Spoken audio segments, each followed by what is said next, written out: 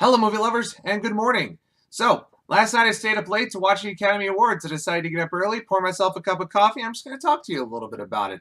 So this was the 90th Academy Awards, hosted by Jimmy Kimmel, and overall, I think this was probably one of my favorite Academy Awards ceremonies to watch. First off, I don't know if it was because of this, but the whole gimmick with the jet ski seemed to really work with the speeches. They were short, they were succinct, and they really didn't go off into diatribes very much. A couple of them did.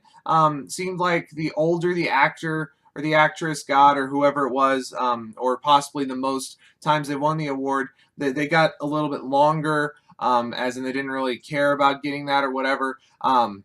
But I think the younger ones who usually tend to have a lot more to say did push forward and only really thank who they needed to and wanted to go through anyway. So I really enjoyed that part. I've never been a fan of the whole using the speech there to get through to some sort of political cause. I agree with thanking people. I mean, there's always people, no matter what you do, that have helped you get to where you are. If I had a list of people that I needed to thank for getting me where I am, I don't think I could get it done in 5 minutes. It would take me probably 5 days at least in order to do that. But I really think that the speeches being a little bit faster, it made the show flow more. It made everything else like that. Jimmy Kimmel, if he was the one that came up with that, or if he just did it, I don't care. Whoever actually came up with that, that was a great idea. It seemed to work. I don't remember exactly who won. Like I said, it was late last night, and basically after the Best Picture came out, I turned it off and went to bed because I do have to work today. But I really enjoyed that part of it. The other thing I liked that they hadn't done before was the appreciation of history throughout the Oscars. If you didn't catch it, it's not really a spoiler because it's an award show. You can catch it on YouTube, and you're probably not going to watch the full thing anyway. But they did sort of flashbacks to previous winners, especially on the actor and actress ones, and the film editing and cinematography and stuff like that. And we really saw people that got us to where we are in the movie industry.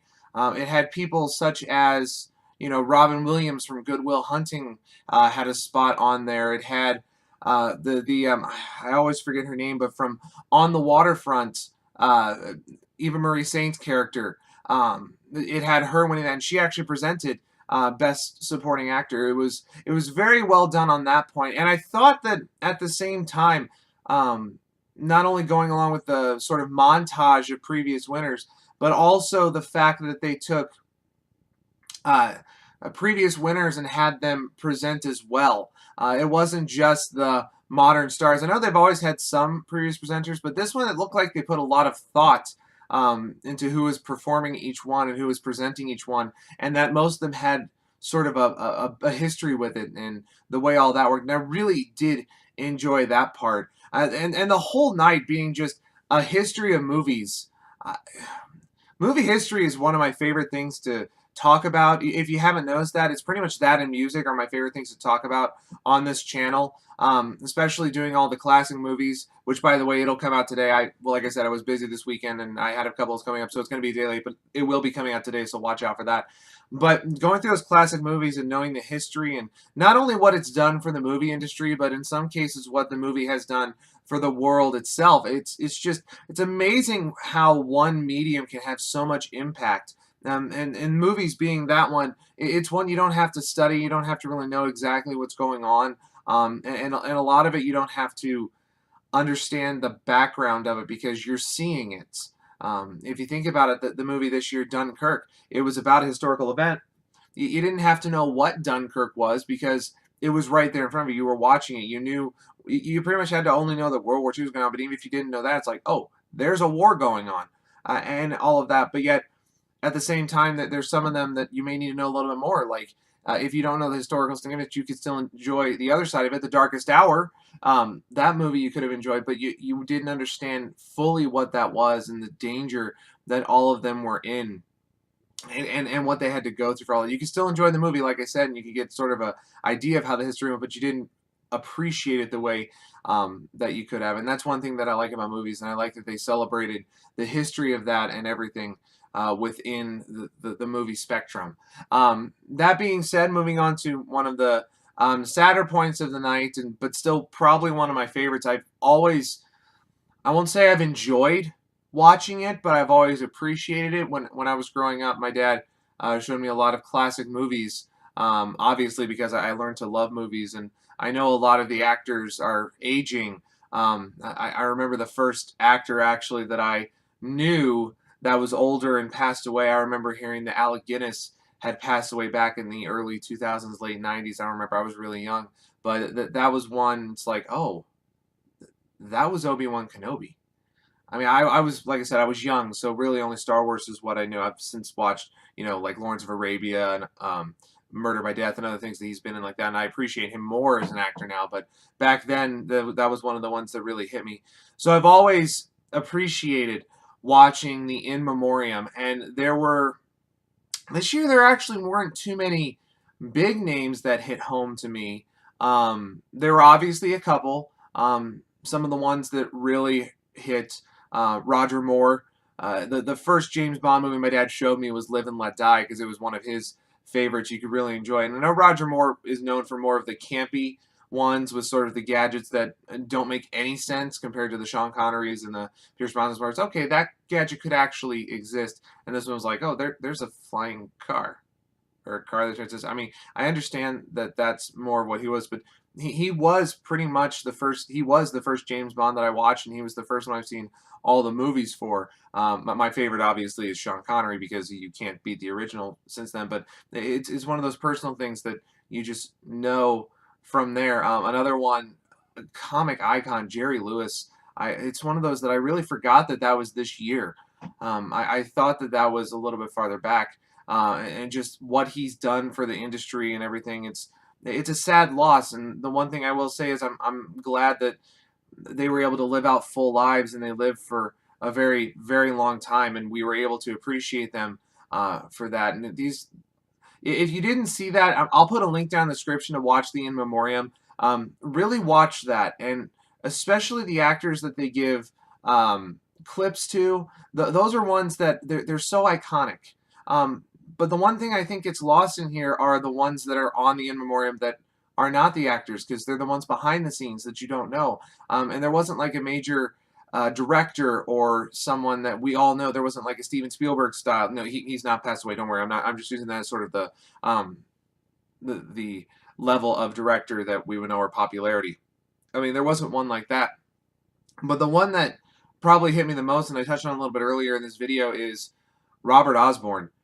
For those of you that don't know who Robert Osborne is, he basically took Turner Classic Movies and made it what it is today. He was the historian that appeared before every single movie to give you insights of the behind the scenes, sort of how the actors got together, how the movie was written, what it was based around, sort of funny things about everything. And it's really what got me to enjoy the art of movies and the creation aspect of it and how it all works together. And I mean, when I heard he passed, he's passed on the mantle of Turner Classic Movies a while ago, so it wasn't that. But I always watched those marathons when they came out. I always enjoyed watching them. I've appreciated so many movies, watched so many of those, and gotten to know everything. And like I said, he always introduced it. And a few years ago, one of my favorite attractions in Disney World was the Great Movie Ride, and he became a part of that, basically leading it through. And what's really sad about it, and when I went this previous time, I noticed it because I went this past summer.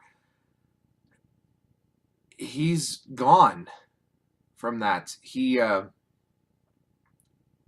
They've since taken that ride out. This was the last summer for that last time, and they're putting in a new ride involving a Disney Mickey cartoon.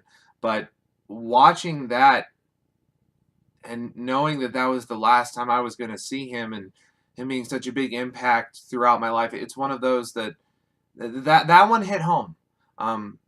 Like I said, I've always enjoyed the history aspect of movies and the making of all of that, and just to see that one final time and to know that I probably will never see his reactions again unless I go look them up, and to lose that sort of historical aspect of all of it, it's one thing that you can't be prepared for.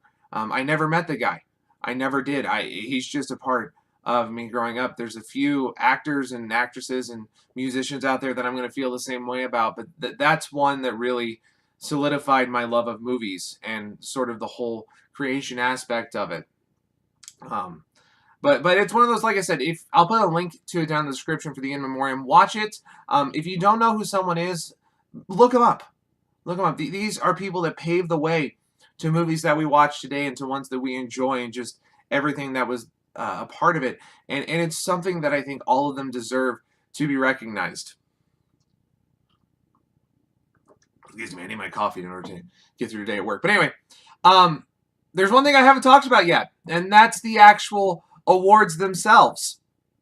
For me, overall, I thought there were actually a couple of surprises, different than what I thought would win. One of the biggest ones, I really thought This Is Me would have taken the best song. I was pleasantly surprised when it came to sort of between Remember Me and This Is Me.